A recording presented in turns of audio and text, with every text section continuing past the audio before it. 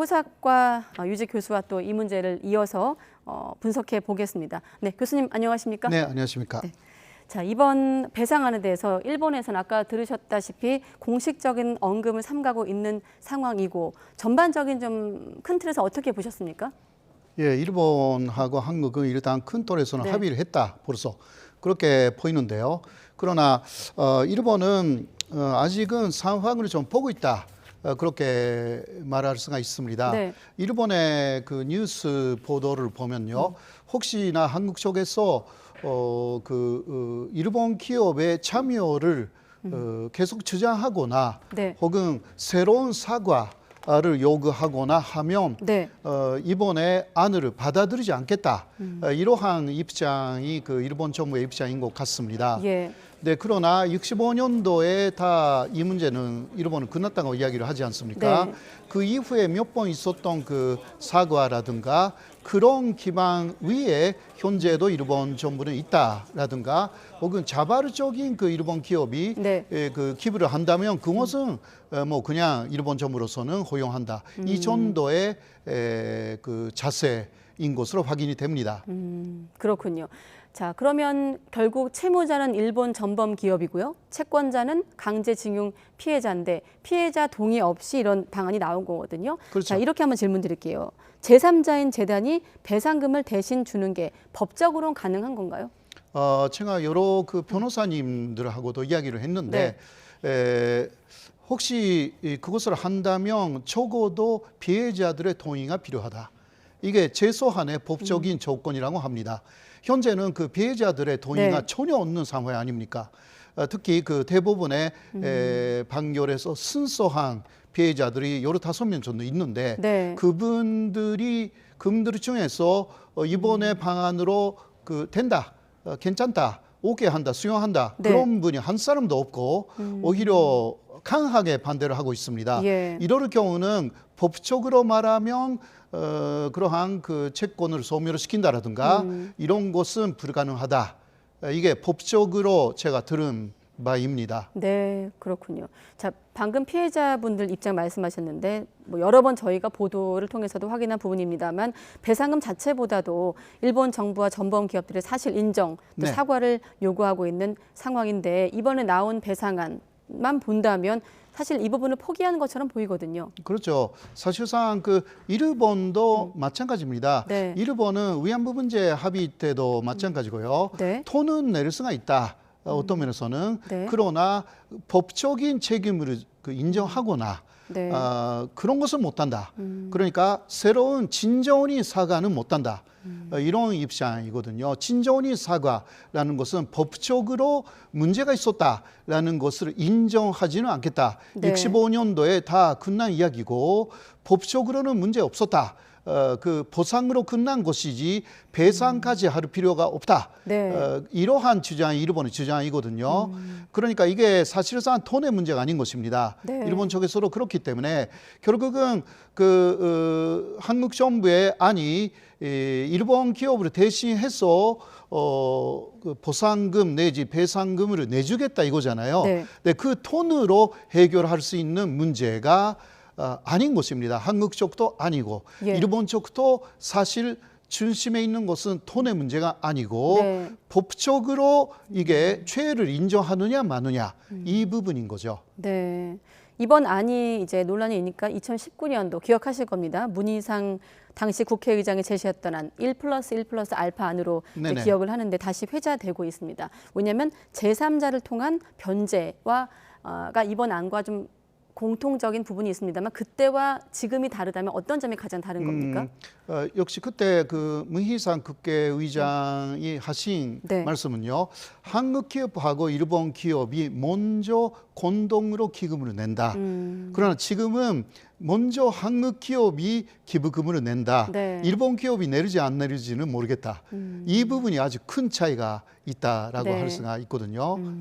네, 물론 그 법적인 그 책임을 일본에게 강하게 요구하지 않는다. 이런 부분은 비슷한 부분이 있습니다. 네, 그때도 반발이 좀 있었거든요. 예, 그 피해자분들이 바로 그 부분에서 이것은 일본의 진정한 사과가 빠져 있다라고 해서 그때도 반대를 하신 것으로 기억하고 있습니다. 네. 네. 그렇다 보니 문 전 의장도 그때와 지금의 안은 근본적인 차이가 있다라고 이제 밝히고 있는 상황이고 그때는 일본 전범 기업의 출연이 필요했다라고 네네네. 설명을 하고 있습니다. 네. 어떻습니까? 좀 가능성이 높아 보이진 않는데 지금 시점 이후 일본 측에서 좀 피해자들이 좀 뭐 만족까지는 못합니다만 그나마 성의 있는 조치, 이를테면 뭐 공식 사과, 진전된 조치가 나올 가능성이 있다고 보십니까? 지금 그러니까 일본 정부의 입장, 일본의 고위 간부가 뉴스 보도에 많이 뉴스를 제공하고 있는데 새로운 사과는 없다. 이 이야기 계속 하고 있거든요. 예. 그것으로 또 한국 쪽에서 진짜 요구한다면 한국에서 지금 뭐 여러 가지 안을 만들고 있지만 일본하고도 상당히 그 협의가 됐지만 이거 수용할 수 없다이기 때문에 네. 그 사과는 없을 것으로 그렇게 보입니다. 그 가능성이 아주 크다. 라고 할 수가 있죠. 네, 사실 이 문제는 외교 문제이기도 하지만 또 각자의 국내 정치가 있기 때문에 그 부분도 맞물려서 좀 볼 수가 있는데 한국의 선참여, 일본의 후 동참. 자, 그런데 지지율이 역대 최저거든요. 기시다 네네. 내각이. 그러니까 우익의 어떤 반발을 잠재우면서 뒤늦게라도 어떤 사과 메시지를 낼 가능성은 낮다. 이렇게 보시는 건가요? 예, 네. 일본의 기시다 정권은 그 지지율이 낮다 하더라도요. 예. 사실 2025년까지는 큰 선거가 없기 때문에 즉 집권할 수가 있습니다. 네. 그런 부분이 좀 있어서 이러한 그 문제가 조금 불거져도 일본에 유리하게 마무리된다면 오히려 지지율 올라갈 거 아닙니까? 네. 오히려 그러니까 사과를 하거나 이런 것은 오히려 지지율이 떨어지는 원인이 되니까 네. 물론 지지율이 떨어진다고 해도 금방 대진이라든가 이러한 이야기로 즉 연결되는 거 아니기 때문에 네. 그래서 결국은 자신들의 유리한 것은 한국에서 알아서 하는 것이고 예, 모든 것을 그게 기시다도 그렇게 이야기를 해왔습니다. 네. 아베도 그랬고요. 기시다도 그 노선을 그대로 수용했기 때문에 네. 뭔가 일본 쪽에서 사과를 하거나 한국 피해자들이 만족할 만한 어떤 새로운 이야기를 하거나 그런 가능성은 현재는 전혀 보이지 않다. 근데 한국 정부는 그러나 한국 쪽에서 먼저 그런 식으로 그 해결을 한다면 일본 쪽에서 좀 호의를 보여줄 거 아닌가 이러한 이야기를 조금 해왔는데 네. 그런 가능성 자체를 오히려 차단시키는 뉴스가 일본에서 계속 나오고 있습니다. 아, 네. 그렇군요. 네. 네. 그러니까 일본에서는 한국이 원하고 있는 부분들을 보도하고 있지도 않고 그리고 일본에서는 뭐 더 이상 할 게 없다. 한국이 모두 해결해야 된다. 이 뉴스만 나와 있습니다. 네. 네. 자, 그런 분위기 속에서 NHK에서도 한일 외교장관이 통화를 했다. 그러면서 강제징용 해법을 논의했다라는 보도가 나오니까 이렇게 되면 사실상 양국의 조율도 했고 결론이 끝난 건 아니냐 이런 해석도 있거든요. 네.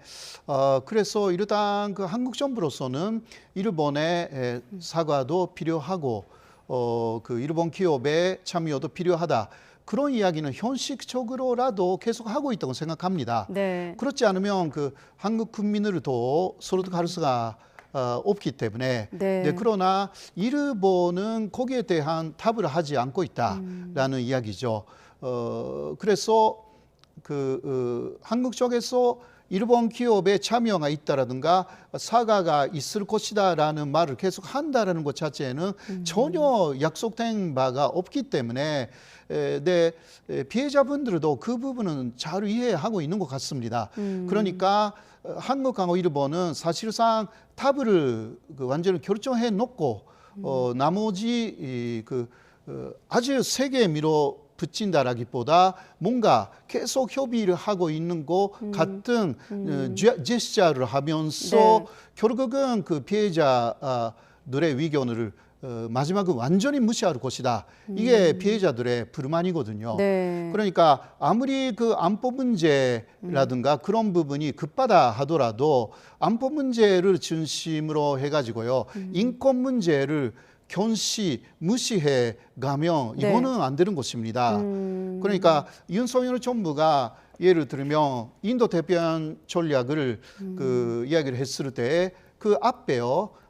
자유, 평화, 인권의 인도 대표한 전략. 이렇게 크게 이야기를 했습니다. 네. 이 세 가지를 지키는 나라들끼리 이제 모든 가치를 공유하고 연대를 한다. 네. 그러나 인권이라는 부분이 지금 그 한국 내에서 상당히 짓밟히고 있다. 이게 네. 그 피해자들의 생각이거든요. 그렇습니다. 예, 예. 이러한 부분을 그 한국 정부가 정확하게 모든 국민을 소득할 수가 있는 그러한 방향으로 가지 않으면 이 후폭풍이 만만치 않을 것이다. 후폭풍이 만만치 않을 것이다. 제2의 위안부 합의 후폭풍 이상일 수도 있다는 전문가들 시각이 많은데 네. 좀 시간이 아쉽습니다만 30초밖에 드릴 수가 없는데 일단 최종안이 아니라고 하고 있거든요. 네네. 바꿔 말하면 시간이 또 있다는 얘기인데 네. 뭐가 가장 중요할까요?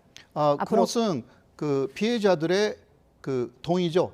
그게 첨부가 필요한 것은 첨부의 안은 다 나왔습니다. 마지막은 피해자의 동의를 얻는 과정만 남았다.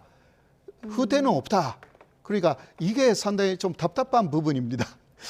네. 네, 알겠습니다. 그리고 또 한 가지 안보를 내세워 인권을 무시하면 안 된다는 말씀까지 예, 그렇죠. 네, 듣겠습니다. 네, 호사카 유지 세종대 교수와 함께했습니다. 고맙습니다, 교수님. 네, 고맙습니다.